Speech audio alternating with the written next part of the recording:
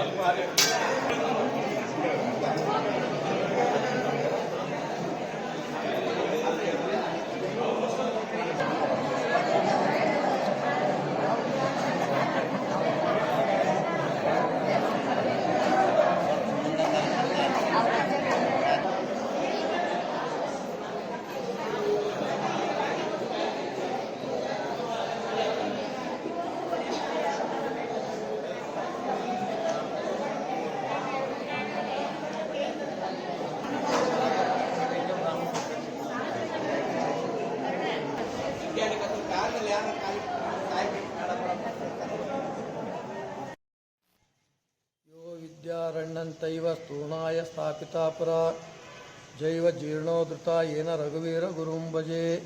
ಇಂದು ಪರಮ ಪವಿತ್ರವಾದಂಥ ಪರ್ವಕಾಲ.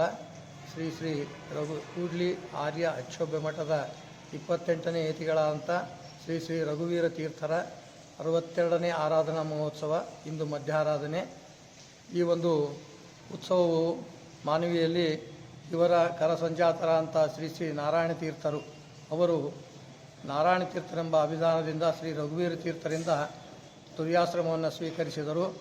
ಅದರ ಪ್ರಯುಕ್ತ ಶ್ರೀ ಶ್ರೀ ನಾರಾಯಣ ತೀರ್ಥರ ಆಶ್ರಮದಲ್ಲಿ ಪ್ರತಿ ವರ್ಷವೂ ವಿಜೃಂಭಣೆಯಿಂದ ಶ್ರೀ ಶ್ರೀ ರಘುವೀರ ತೀರ್ಥರ ಆರಾಧನೆಯನ್ನು ಮಾಡಲಾಗ್ತದೆ.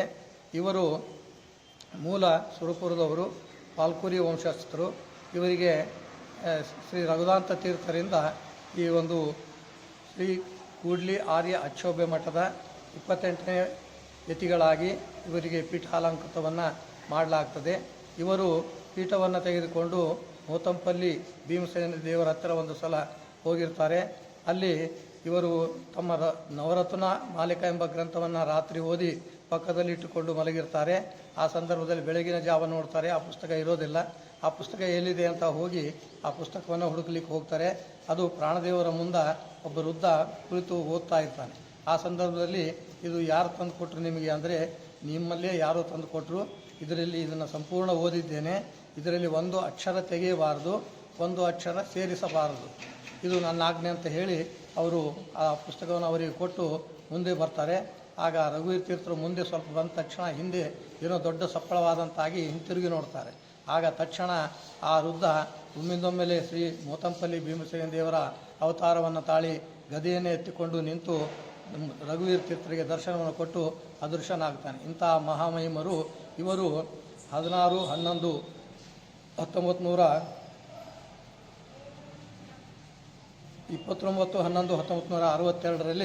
ಇವರು ಶ್ರೀ ರಾಮಧ್ಯಾನ ತೀರ್ಥರಿಗೆ ಆಶ್ರಮವನ್ನು ಕೊಟ್ಟು ನಂತರ ಇವರು 29/11/1962 ಶ್ರೀ ಹರಿಪುರವನ್ನು ಸೇರ್ತಾರೆ. ಇಂಥ ಮಹಾಮಹಿಮರ ಅನೇಕ ಒಂದು ಮಹಿಮೆಗಳನ್ನು ಎನಿಸಿಕೊಂಡು ಸ್ಮರಣೆಯನ್ನು ಮಾಡಿ ನಾವು ಕೃತಾರ್ಥರಾಗೋಣ. ಹರೇ ನಮಃ.